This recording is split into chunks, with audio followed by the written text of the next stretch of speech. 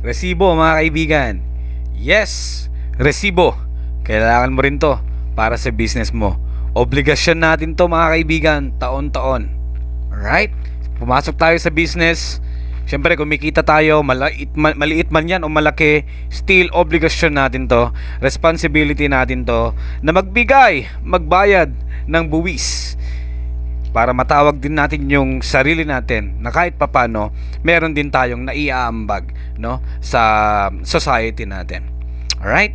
So ito, flex ko lang ulit na yan mga kaibigan. Business renewal 2025, katatapos lang natin mag-renew. And today is the last day. I do not know kung sa ibang municipalities, di ko lang alam kung centralized yung date. I think depende na yun siguro, no, sa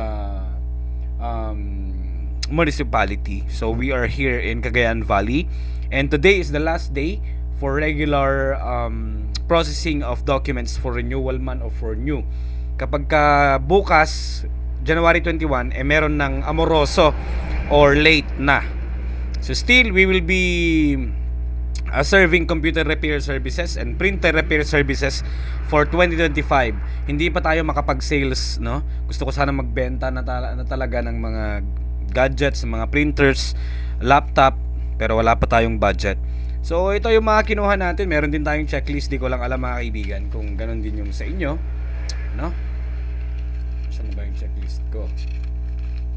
So pinakauna sa lahat na kailangan nyong kunin, syempre yung business permit and barangay permit, tapos cedula sa barangay. Yan. So meron tayong checklist.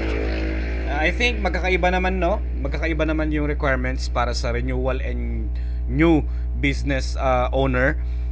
Tapos hindi ko lang sure kung magkakaiba rin sa ibang municipality. I guess magkakaiba naman yan ng requirements, no?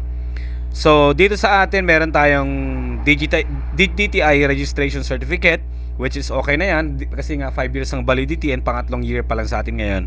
SEC registration certificate, not necessary na yan mga kaibigan, para sa mga partnership and corporation lang yan. CDA registration certificate para sa mga cooperatives naman yan mga kaibigan. Resident certificate or cedula, which is number 1. Barangay clearance, okay, na patunay na binibigyan tayo ng permiso ng barangay. Tapos zoning clearance, zoning sa engineering office pa to, hindi ko lang alam. Zoning admin, building permit kapag kailangan. Tapos sa atin mga kaibigan, sanitary, hindi na natin kailangan niya kasi hindi naman tayo food industry. ESWM clearance, ang requirement sa amin dito sa ESWM mga kaibigan is tree planting. Di ba? So all in all, okay na tayo. Meron na rin tayong barangay clearance, then followed by our barangay tawag dyan, barangay permit mga kaibigan. Meron din tayong DTI valid for 5 years. So yan, kompleto. Meron na rin tayong fire safety.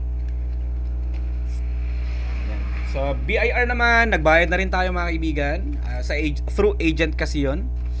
And di ko lang ano na lang yun, matic sila lang maglalakad doon, magre-renew. Payment lang naman yung, quarter naman yung sa atin.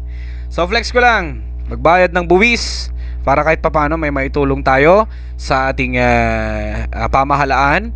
And syempre para mas maging proud tayo na yung business na ginagawa natin ay legal, merong pangalan, at